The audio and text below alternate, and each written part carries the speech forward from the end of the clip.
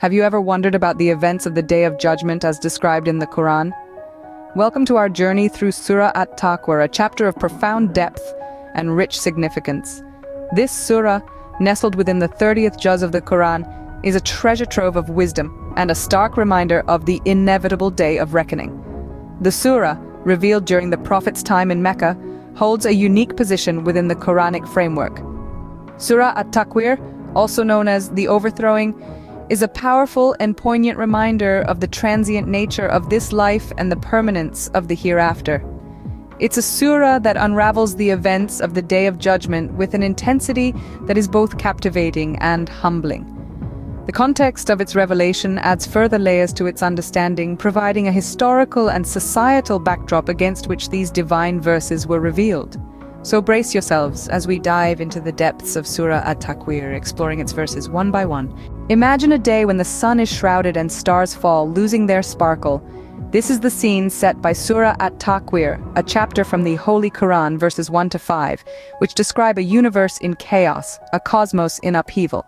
As we delve into these verses, we are taken on a journey through a celestial landscape that is unraveling at its seams. The sun, once a beacon of warmth and light, is now dimmed, as if wrapped up for the night. This is not a typical sunset. This is the sun losing its luminosity, its brilliance shrouded, signaling the end of time. The stars, those distant points of light that have guided countless generations of travelers, are falling, their sparkle extinguished. Imagine looking up at the night sky and seeing the stars descend, their constellations breaking apart. The mountains, symbols of stability and permanence, are set in motion. Imagine the ground beneath your feet shifting as these immovable giants are made to move. This is an upheaval of not just the physical world, but also our understanding of it. The she-camels, a symbol of wealth in Arab societies about to give birth, are left untended. This seemingly mundane image stands out in stark contrast to the cosmic events unfolding, yet it underscores the gravity of the situation.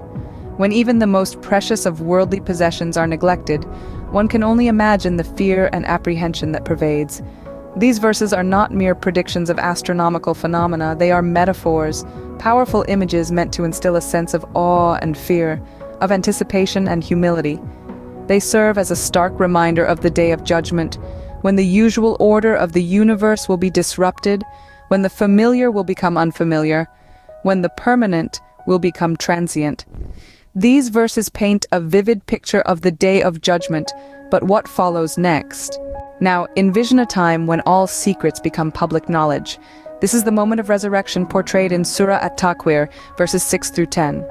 The verses begin by painting a picture of the day when the sea will be set boiling. This imagery is a symbol of the great upheaval that will accompany the day of resurrection. It signifies not just a physical transformation of the world, but a moral and spiritual one as well. The next verse speaks about the souls being paired. This could refer to multiple things: the pairing of our earthly actions with their heavenly consequences, the reuniting of our earthly bodies with our heavenly souls, or the meeting of our private secrets with public exposure. Then comes a poignant verse. And when the girl buried alive is asked for what sin she was killed.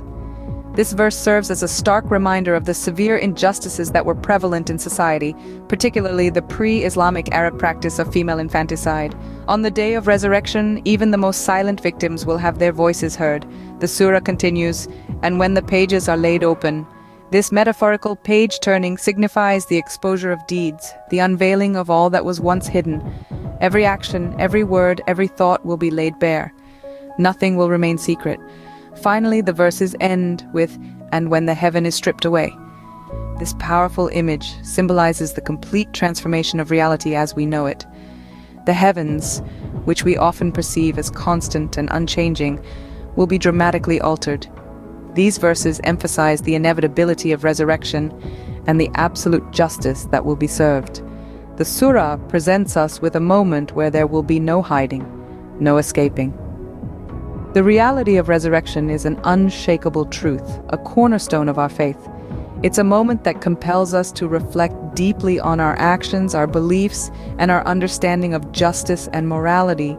For it is on that day the secrets of the past, present, and future will be revealed, and the deeds of a lifetime will be laid bare for all to see. With the reality of resurrection established, what does the surah reveal next? Have you ever considered who exactly will bear witness to our deeds? As we delve deeper into Surah At-Takwir, we explore verses 11 to 14 where we encounter the concept of the divine witness. This is an aspect of the divine that observes, records, and ultimately bears witness to all our actions, thoughts, and intentions. It's a profound notion that reminds us of the ultimate accountability we hold in our lives. The divine witness is not a separate entity, but an integral part of the divine essence. It's omnipresent, omniscient, and omnipotent. It's there in our moments of triumph and despair, our acts of kindness and cruelty, and in our silent contemplations. The divine witness is the eternal observer, the silent recorder, and the ultimate judge of our deeds. You see, the divine witness is not just an observer. It's an active part of our journey. It's the divine presence that nudges us towards righteousness, that whispers the call of conscience in our hearts, and that seeks to guide us on the path of truth and justice. It's the divine light that illuminates our way, even in the darkest of times. The implications of the divine witness are far-reaching. It invites us to live our lives with a deeper sense of responsibility and mindfulness. It encourages us to reflect upon our actions, to strive for righteousness, and to seek forgiveness when we falter. It's a reminder that even when we feel alone, we are never truly alone. There's always a witness, a divine presence that accompanies us on our journey.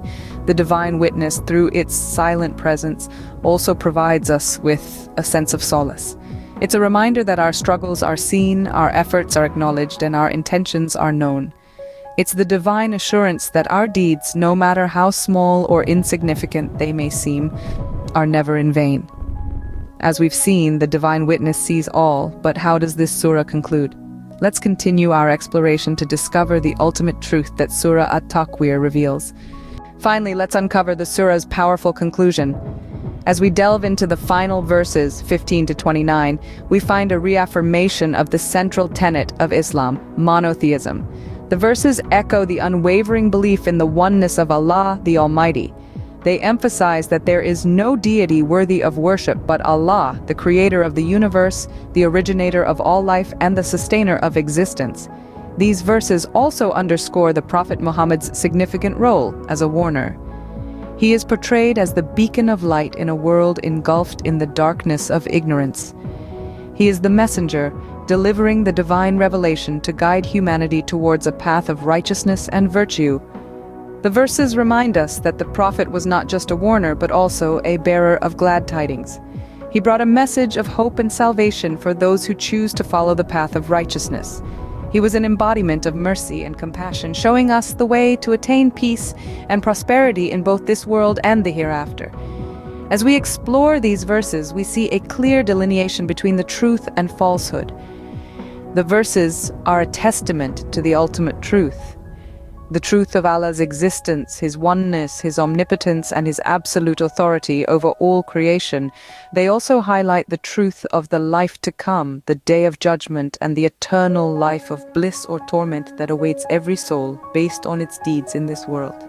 These verses serve as a stark reminder of our ultimate purpose in life, to acknowledge and worship Allah alone, to follow His commandments, and to strive for righteousness and virtue in all our actions.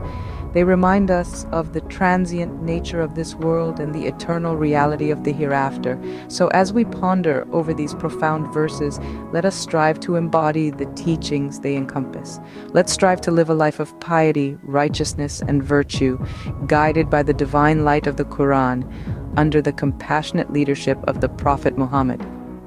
With this, we reach the end of Surah At-Takwir. But what have we learned?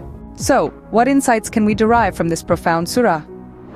Surah At-Takwir, a chapter rich in symbolism and deep meanings, teaches us about the cosmic upheaval that will occur on the Day of Judgment.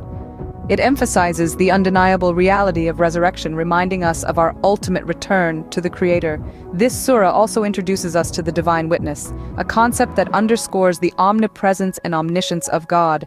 Every action, every thought, every breath we take is known to him. But perhaps the most powerful lesson we glean from Surah At-Takwir is the essence of monotheism. It reinforces the belief in the oneness of God, urging us to recognize and submit to his supreme authority. These themes, woven intricately throughout the surah, serve as poignant reminders of our purpose and the transient nature of this worldly life. Remember, each verse in the Quran holds a universe of meaning. Keep exploring, keep learning, and keep reflecting.